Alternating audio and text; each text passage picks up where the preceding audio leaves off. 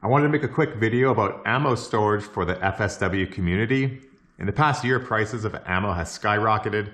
Although demand has decreased from the pandemic highs, there is likely going to be a supply shortage because many manufacturers are still having a hard time getting the raw materials, including the primers.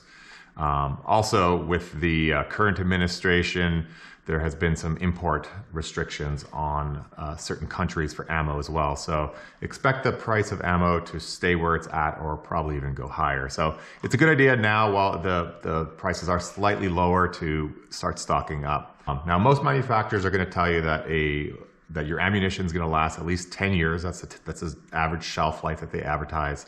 The truth is, if you store it properly, it's going to actually last potentially decades, and you'll be passing it down to your children. So the key is you have to store your ammo in a temperature controlled area away from high humidity. So there's a couple options. The first option is you can store your ammo in the factory box. That's one way of doing it. You could also store it in some sort of ammo can or some kind of bag. And then of course you've probably heard of vacuum sealing as well. So we're going to go over each one of these options and discuss the positives and the negatives of each option. So the original box, if you want to store your ammo in the original box like this, that's fine. It is definitely a short-term solution. It's not something that you're going to want to store your ammo for a long period of time. And of course, it's bulky and it's hard to store large quantities in the original box. So there's really no moisture protection from doing so. The next option is you can get an ammo can. Now there's lots of different options. You can get cheap plastic cans like this. You can go more to the military style cans, which are metal. No matter what you do, what you really want to make sure that the can has is a good gasket and a good O-ring right here to make sure that it actually seals in as much as possible. Now, I'm pretty sure that these things are not 100% airtight. They're advertised to be waterproof, so if there was a flood, it should keep the moisture out from that perspective. But in any case, a good gasket is going to help reduce a lot of the airflow, a lot of the moisture as well. So again, there's the plastic cans. Again, all of them will have some sort of gasket in them. Just make sure that gasket is in good shape and is sealing.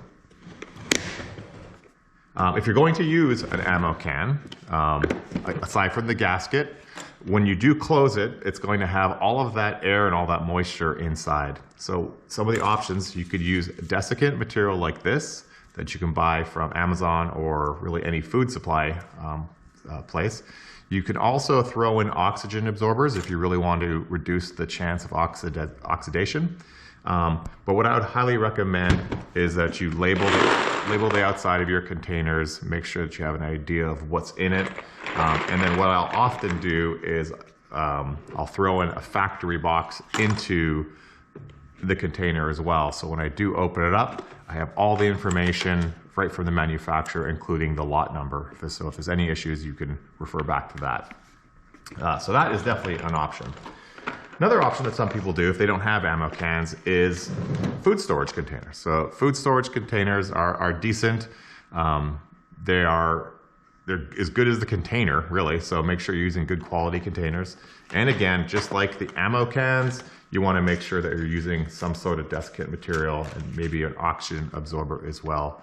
And it couldn't hurt to take this and stick it inside as well. So in the future, you have a reference to that. So those are your sealed food containers. Another option that people use is Ziploc bags. So different Ziploc bags. Obviously, this is a heavier duty bag. This, in my opinion, is a short-term option. And the reason why it's a short-term option is because it's inherently weak. The seals are going to eventually break. Many times, especially for rifle rounds, it'll get punctured and it'll be penetrated, which allows air. And then just inherently, the plastic allows for diffusion, so air and moisture will enter over time as well. So my recommendation is not to use these, especially for long-term storage. Plus, it just makes it really hard to store and to stack. So if you just had one bag, it's not a big deal. But if you have a small area and you're stacking bags on top of each other, that's going to be a problem. So I wouldn't recommend this as a long-term storage. So better, slightly better than a Ziploc bag would be a Mylar bag. Mylar is a type of plastic which is lined with some metal, Mylar material. This is, again, better from a diffusion perspective, better from a puncture resistant perspective than the Ziploc bags. But again, it's hard to store, it's hard to seal, it's hard to get a good seal on these things. And if you're gonna use them, again, use desiccants, oxygen absorbers, and then label the outside because you really can't see through what's on the inside. All right, which then now leads us to the last option, which is vacuum sealed. So you can use a vacuum sealer like a Food Saver is the one that we use. What a lot of people will do is they will take their rounds and they will line them all up inside the bag. And you can actually, if you go on YouTube, you can see people doing this. They will take them in there and they will line them all up in nice fashion like that. And then they seal them, and it's absolutely ridiculous. It's really time consuming, and it's a waste of your plastic materials.